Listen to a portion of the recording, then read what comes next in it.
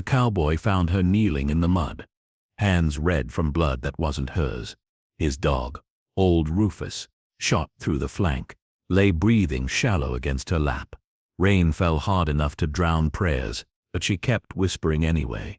Words the storm couldn't steal. Stay with me, boy, just stay.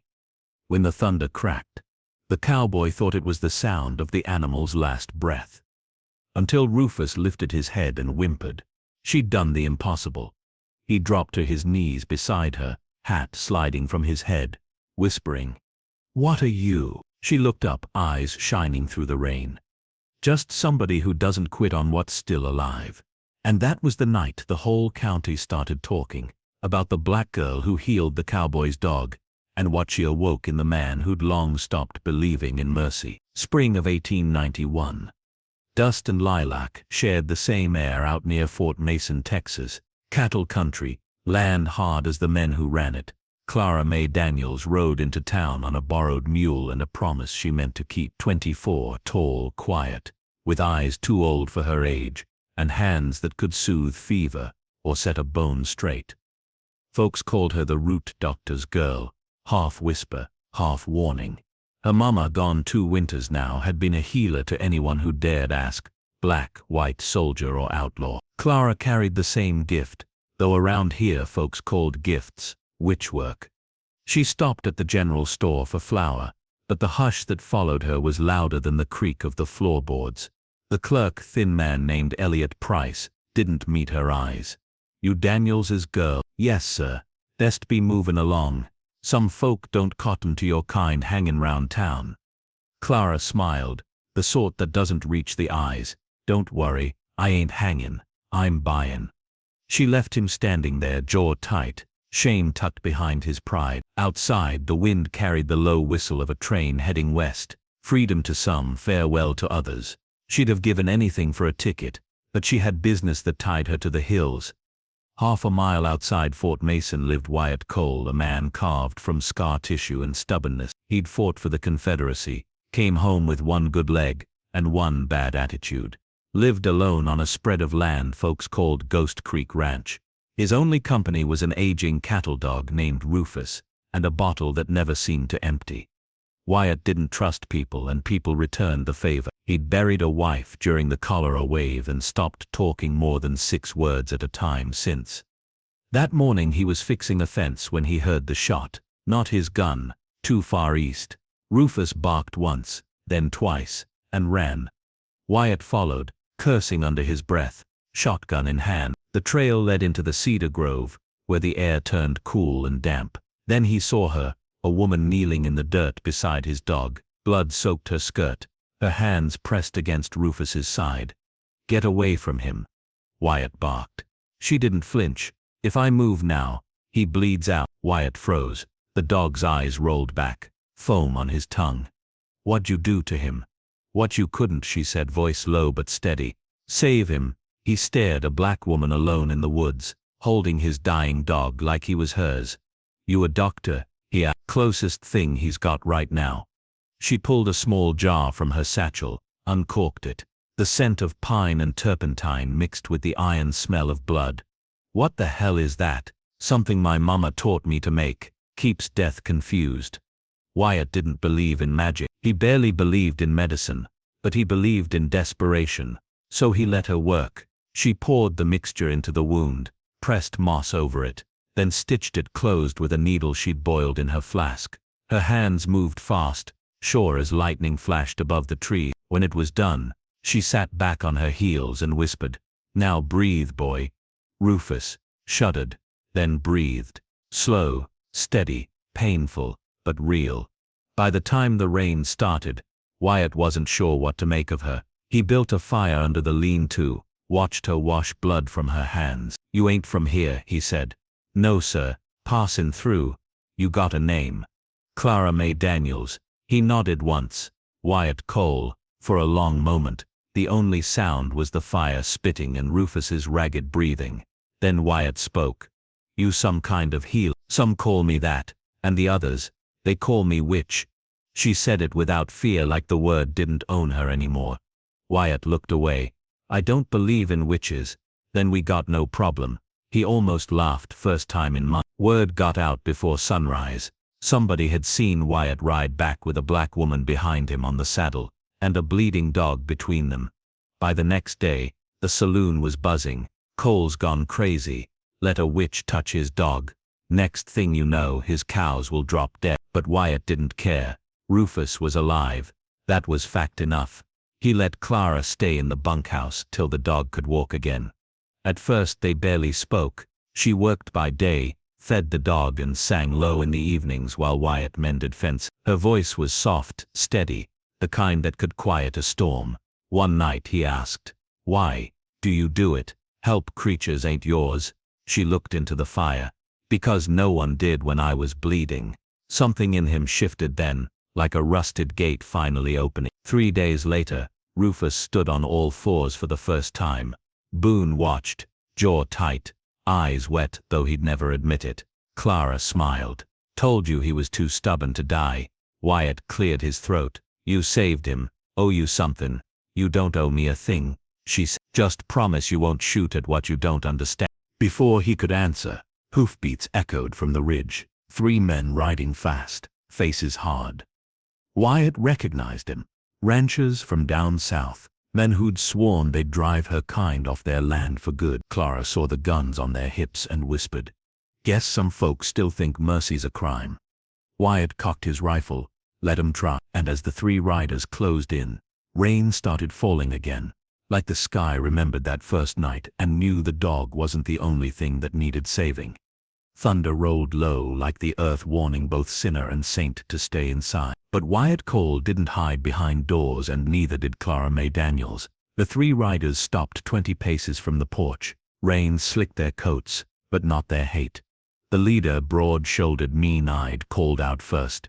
"Even Cole. Heard you been harboring a thief." Wyatt stood his ground. "You came all this way just to run your mouth."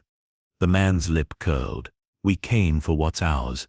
Clara stepped forward, calm as the wind before a storm. "You don't own nothing of mine, Silas Reed." Wyatt turned his head sharply. "You know these men." She didn't blink. "I used to." Silas dismounted, boots sinking into the mud. "You left our camp without paying what you owed." "I didn't owe you a damn thing," Clara said. He laughed cold. "You owe me my brother's life." Wyatt frowned. "What's he talking about?" Silas spat into the dirt. "She worked our stock 2 winters back. My brother took fever. She promised she could heal him. Took her pay, her herbs, her prayers. He died anyway." Clara's voice stayed soft, but her eyes were steel. "He was already gone. You just needed someone to blame." Silas sneered. "Then I'll take what you stole." Wyatt's grip on his rifle tightened.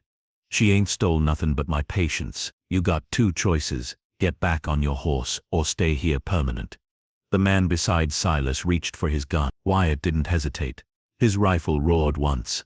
The bullet whined past the man's ear, splintering the post behind him. "Next one don't miss," Wyatt said. Silas didn't flinch, but his men did. They stepped back, eyes darting. "This ain't over," Silas growled. "We'll be back when the sun's up. Then I'll be waiting," Wyatt replied. The 3 turned their horses and vanished into the rain. Clara exhaled shakily once they were gone. "You shouldn't have done that." He turned. "Done what?" "Marked yourself with me." Wyatt set his rifle down. "Too late for that, Clara. You saved my dog. You're under my roof. That's mark enough." She looked away, whispering, "You don't know what kind of men those are." "I don't care." "You should," she said, eyes darkening. "Because they don't come back alone." The storm eased by midnight. Rufus slept by the fire, chest rising steady.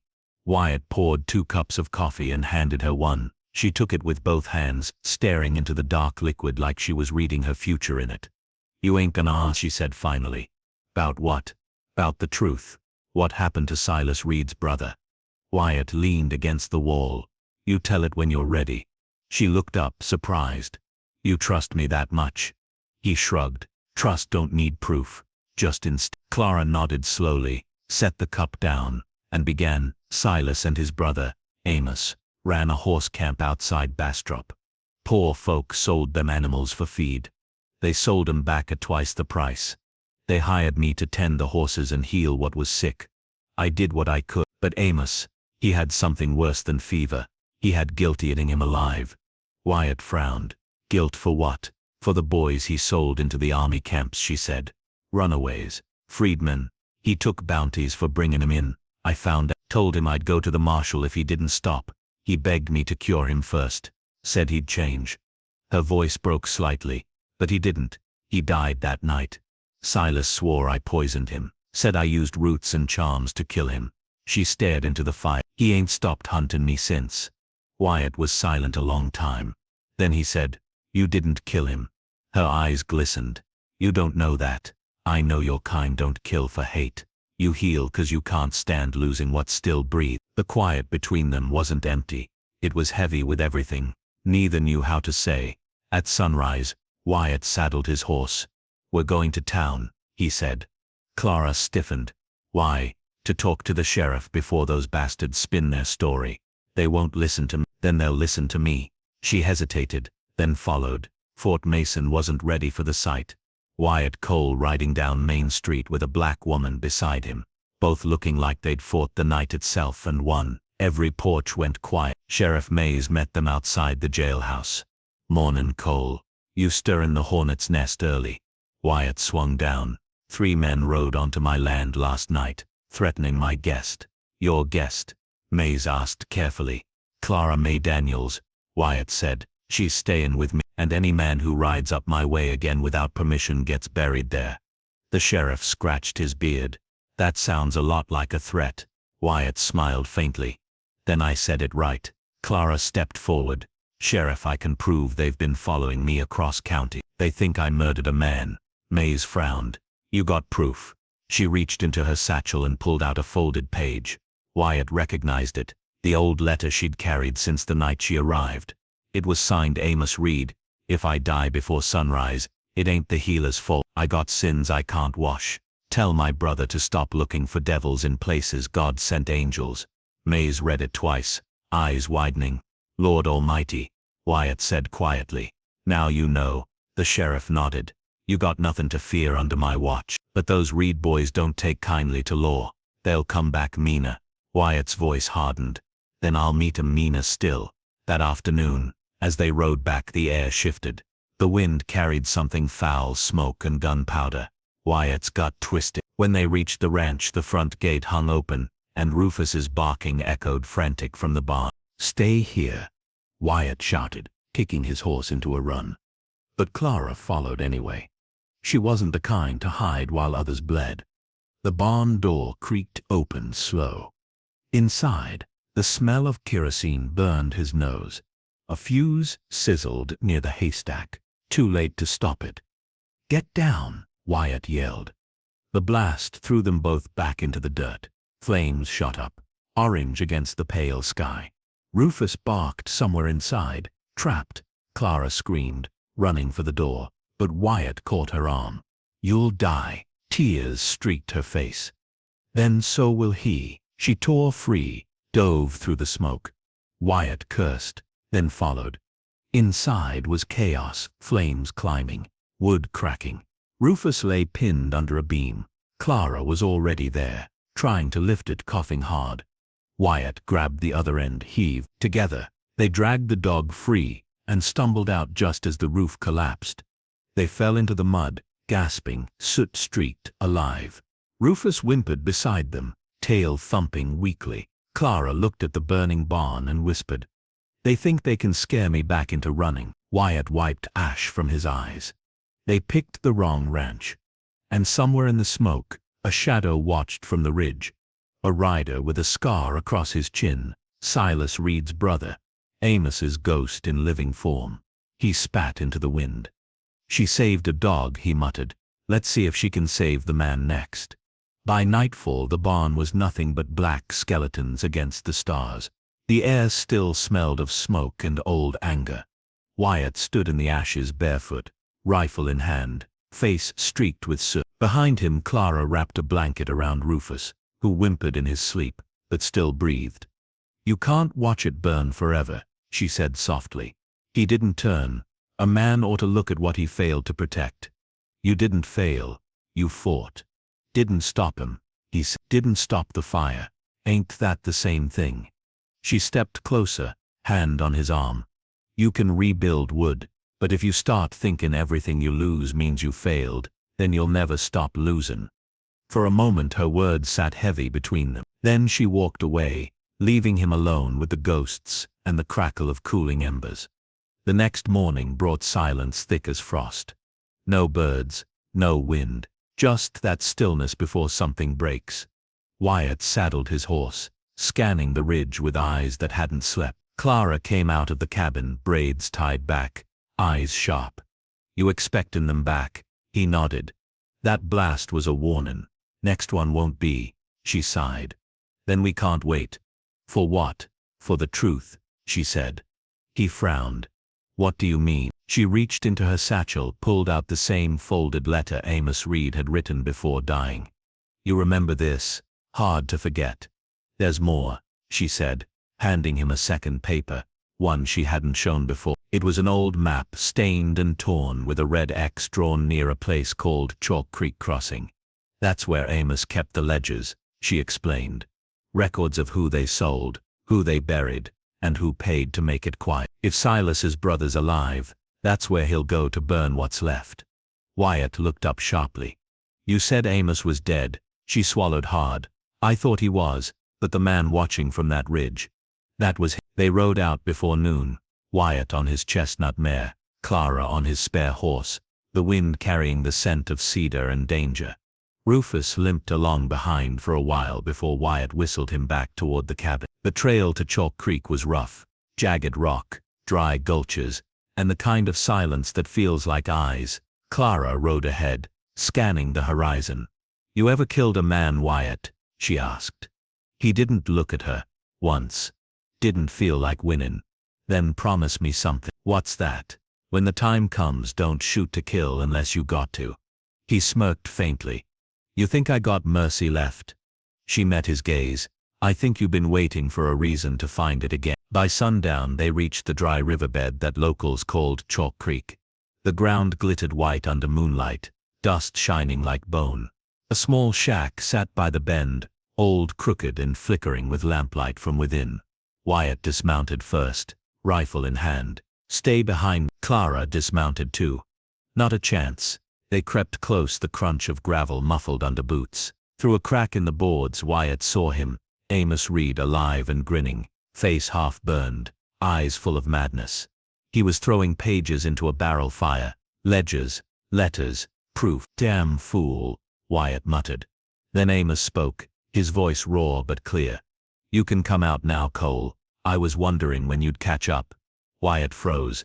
He knew, he whispered. Clara stepped into the lamplight before Wyatt could stop her. Amos. He turned slowly. Well, I be damned. The witch herself. Amos smiled, teeth white against the scar that split his cheek. Ain't no use running now, Clara. You should have stayed gone. I thought you were dead. Death don't take men like me easy. You remember what I said that night? God don't want me and the devil's afraid I'll take his job. He tossed another handful of papers into the fire. You took from me my gold, my brother. I didn't take him, she said, voice trembling. He took himself, drowning in the filth you both built. Amos laughed, slow and cruel. You think you're better than us. You cured horses and slaves for silver while preaching mercy. You ain't no savior, Clara. You're just a prettier kind of sin. Wyatt stepped forward, rifle raised. You done talkin', Amos sneered. You the fool defending her now. She'll ruin you too. Wyatt's jaw clenched. Maybe she already saved me. Amos's hand moved fast, gun flashing from his belt. The shot tore through the firelight. Clara screamed. Wyatt fired back. The echo slammed through the hollow like thunder. Smoke. Silence. Then Amos staggered, clutching his chest. Ain't over, he gasped, and fell into the fire. The flames roared, swallowing him and the proof he'd tried to destroy. Clara dropped to her knees, coughing from the smoke. Wyatt grabbed her shoulders. You. She shook her head, tears cutting tracks through ash. He burned the ledgers. Maybe not all, Wyatt said, dragging what papers he could from the edges of the flames. A few half-burnt pages remained, enough to damn a dozen men still alive. Clara looked at him, voice breaking. You killed him, Wyatt stared into the fire. He gave me no choice, she whispered. There's always a choice. He turned to her, eyes tired but honest. Yeah, and I chose you. She froze, caught off guard by the weight in his tone. Then her face softened. You shouldn't. Too late, he said simply. They rode back through the night in silence. The stars stretched wide and cold above them. Clara leaned forward, exhausted, the burned papers pressed to her chest. At the ridge above Ghost Creek, she stopped. You hear that? Wyatt frowned. What? Rufus. Sure enough, faint barking drifted through the wind, not warning but joy. They smiled without meaning to. When they reached the cabin, Rufus limped out to meet them, tail wagging. Wyatt dismounted, dropped to one knee beside him, murmuring thanks under his breath. Clara watched, heart tight. You love that dog like blood. He smiled faintly. Closest thing to family I got. She met his eyes. Not anymore. He looked at her a long moment, like a man realizing something had already happened before he had words for it. Just as dawn bled pink over the horizon, a rifle cracked from the ridge. The shot shattered the peace. The bullet missed Wyatt by inches, hitting the cabin wall. Down, he shouted, pulling Clara behind the trough. Through the smoke of sunrise, a silhouette stood on horseback.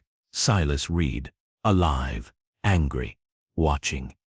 He raised his gun again and called out, You killed my brother Cole. Now I'll kill what you love. Wyatt's jaw hardened. He brought this. Clara's hand shook on his arm. You can't win if you fight hate with hate. He met her eyes. Then you tell me how to stop it. She swallowed hard, whispering, by showing him what mercy costs. But Silas didn't ride away. He just stared down the hill, the sun turning his shadow long across the dirt, a promise that the fight wasn't over. And somewhere behind them, Rufus whimpered again, the sound that started it all, and maybe the sound that would save them yet. Morning broke sharp as glass. The ashes of the burned barn still smoldered, and every gust of wind stirred ghosts from the night before. Wyatt Cole stood at the fence line, jaw tight, eyes locked on the southern ridge. He'd been there since sunrise, rifle slung across his chest, waiting for the shadow he knew was coming. Behind him, Clara wrapped Rufus's paw with a strip of linen. The old dog whimpered, then licked her wrist. She smiled faintly. You're tougher than half the men I've met. From the porch, Wyatt said, He's the only soul on this ranch who listens when I talk. She looked up at him. Maybe that's 'cause he don't interrupt. He smirked, but the humor didn't last. Silas, I'll come before noon, he said. Men like him always do when the world's watching. Clara rose, brushing dirt off her skirt. Then you'd best figure what you'll do when he does. I already have. You mean kill him? He didn't answer. Around mid-morning, a rider approached fast from the east. Sheriff Mays. Dust clung to his hat, his eyes grim. He dismounted and strode toward them. Heard about last night, he said. You two need to clear out. Reed's raising hell in town. Says you murdered his brother. Wyatt's voice stayed even. That brother was a murderer himself. Don't matter, Mays said. You think truth's louder than blood. You'll hang before noon if you stay. Clara stepped forward. Sheriff, he killed Amos in self-defense. You've got the papers to prove it. Mays sighed. Proof don't mean much when the man with money owns the jury. Wyatt looked out toward the ridge. I ain't running, Sheriff. Then you're dying, Mays said flatly. You can't fight the whole Reed clan. Wyatt's eyes narrowed. Watch me. Mays turned to Clara. If he's too stubborn to live, you should go. You ain't done nothing wrong. Nobody expects you to die beside him. Clara looked at Wyatt, the man who'd stood between her and every bullet since the night they met. She said quietly, Maybe I already did once. I ain't running either. The sheriff shook his head. You're both damn fools. Maybe, Wyatt said, but fools sleep better than cowards. Mays mounted his horse, spitting into the dust. I'll come back when it's over, to right what's left. By noon the air grew thick, the sky pale with heat. Clara worked inside, gathering herbs, bandages, the last of her tincture. Wyatt checked his rifles, counting bullets. Every motion felt like a prayer he didn't know how to say. At one point, she caught him watching her. What? She asked. He looked down. You don't have to do this. She smiled faintly. You keep saying that like it's new. He walked closer, voice low. You could still go east, find another town, start again, and leave you, she said softly. You think I'd sleep knowing you're here facing death alone? He looked away, jaw tight. Wouldn't be the first time someone left me to bury what's mine. That cut deeper than he meant it to. She stepped close, touched his arm. I ain't her, Wyatt. He met her eyes, something breaking open inside him. I know. The words hung there, quiet, heavy. Then the wind changed. A shift that carried dust and dread. Rufus barked once, low and warning. Wyatt turned toward the horizon. They're here. 5 riders came from the ridge, rifles gleaming, horses kicking dust clouds that swallowed the sunlight. Silas rode front, black coat snapping in the wind, face carved with fury. Cole, he shouted, you took my brother, now I take you. Wyatt stepped off the porch, calm as stone. You're welcome to try. Silas raised his rifle, and the witch that cursed him, Clara, stood beside Wyatt before he could answer. If you think I cursed him, then I curse you now with truth you can't stand. Silas's face twisted. You shut your mouth. I won't, she said. You blame me 'cause your brother died, seeing what kind of man he was, but that death wasn't mine to give. It was. The riders stirred uneasily, whispers under breath. Wyatt saw it, the small crack of doubt in their eyes. Silas noticed too. Don't listen to her, he barked. She lies with devils. Wyatt cocked his rifle. Maybe devils got better company than you. The first gunshot broke the air like thunder. Chaos exploded across the yard. Bullets tore through fence posts and shattered glass. Wyatt fired once, twice. One rider fell. Another's horse reared and bolted. Rufus barked madly, circling Clara like a shield. Silas charged forward, gun blazing. A bullet grazed Wyatt's arm. He bit down a curse, kept firing. Smoke filled the air, thick and acrid. Clara crouched by the porch, reloading for him, hands steady despite the trembling ground. Left side, she called. Wyatt swung his rifle, dropped another man. Then a shot rang from the ridge, sharper, colder. It hit Wyatt square in the chest. He staggered, eyes wide. The world slowed, the rifle slipped from his hands. Wyatt, Clara screamed, catching him before he hit the ground. Blood poured through her fingers. Silas dismounted, walking closer, gun still smoking. Now you see what mercy buys, he said. Clara's eyes burned through tears. You don't know mercy, he sneered. Then show me. Clara pressed her palms over Wyatt's wound, whispering words her mother had taught her.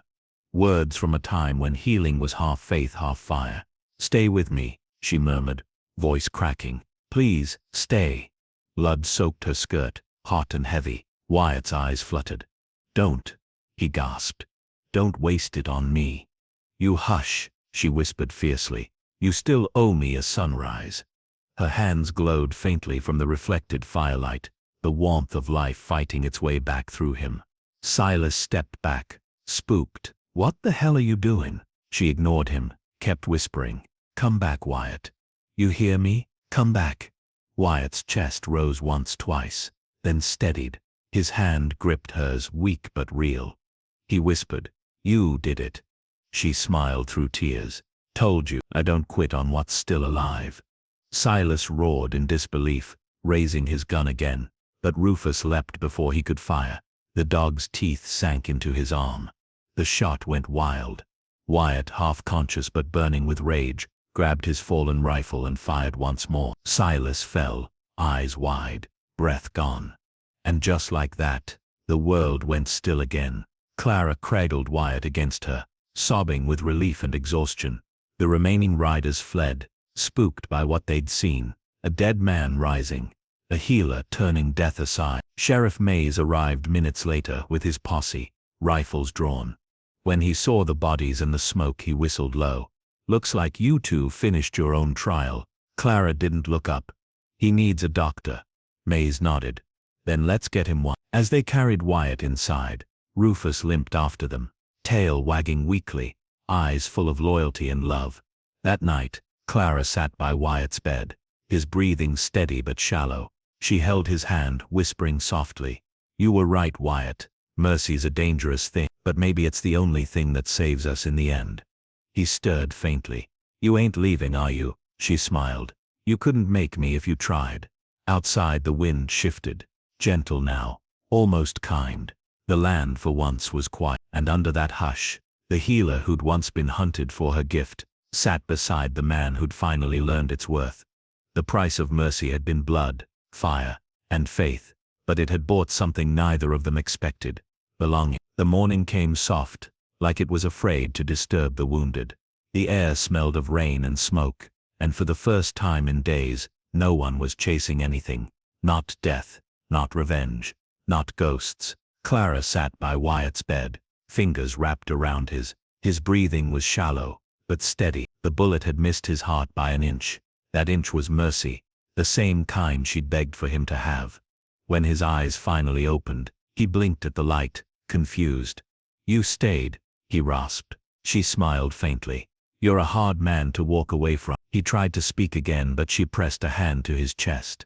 Don't. Save your strength. You lost blood and pride both. He chuckled weakly.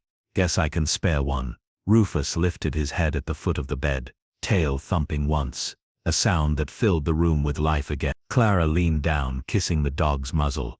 You too, old boy. You've been watching over us all. By noon, half the town had gathered outside the ranch, curious, whispering a shame. The same folks who'd once called Clara witch, now stood silent, waiting to see the woman who'd faced bullets and fire to save one of their own. Sheriff Mays stepped onto the porch, hat in hand. Folks, he said, you come looking for proof. Well, you're standing on it. He pointed to Wyatt, pale but upright, leaning on the doorframe. Man took a bullet, lived 'cause of her. That's no trick, that's grace. The crowd shifted, murmurs softening to awe. Old Mrs. Cartwright, who once refused Clara water at the well, stepped forward with trembling hand. Miss Daniels, she said, voice cracking, if you'd ever forgive fools, we'd be obliged to count ourselves first. Clara looked out at them, her voice calm, steady. Ain't about forgiveness, it's about starting over. And right there, under the wide Texas sky, something in that town began to heal too. That night, after the crowd was gone, Wyatt sat on the porch with Clara beside him. The stars were out, clean, endless, forgiving. He took her. You saved me twice. Once with your hands, once with your heart. She smiled softly. And you taught me something. What's that? That sometimes the thing worth saving ain't the body, it's the soul that's forgot how to live. He turned, eyes warm. Then what do we do? She looked toward the horizon where dawn was just a breath away. We live, Wyatt, we live like we ain't running no more. Rufus barked once, low and happy. The wind moved through the grass, gentle as a... And when the first light of morning touched the ranch, the place where hate had burned, mercy had bled, and love had survived, it felt like the land itself was whispering her reward. You gave life, now it's yours again.